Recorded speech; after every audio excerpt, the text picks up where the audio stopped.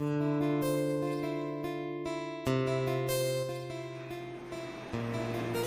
কৃষ্ণ।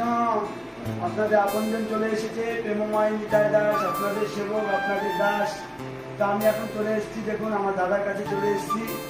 আমি এখন যে জায়গাতে এসেছি, এই জায়গাটি হচ্ছে আপনার, এটা হচ্ছে হরিপাল থানার বেড়াকে চলে এসেছি। তার জন্য এই মূল্যবান বস্তু যেটা হচ্ছে শ্রীমদ্ ভগবদ গীতা, যেটা হচ্ছে ভগবানের শ্রীকৃষ্ণের মুখনিসৃত বাণী, যেটাকে বলছে ভগবানের বলছে ডাইরেক্ট স্পিচ।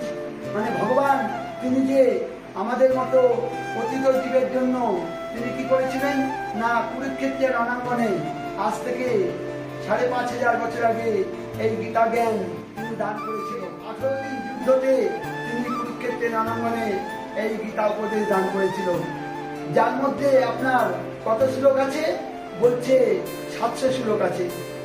এই শ্রীমদ্ ভগবদ গীতা আজকে আমি দাদার জন্য নিয়ে চলে, তাই আমি দাদাকে আজকে আমি এই ভগবদ গীতাকে আমি দাদাকে তুলে দিলাম।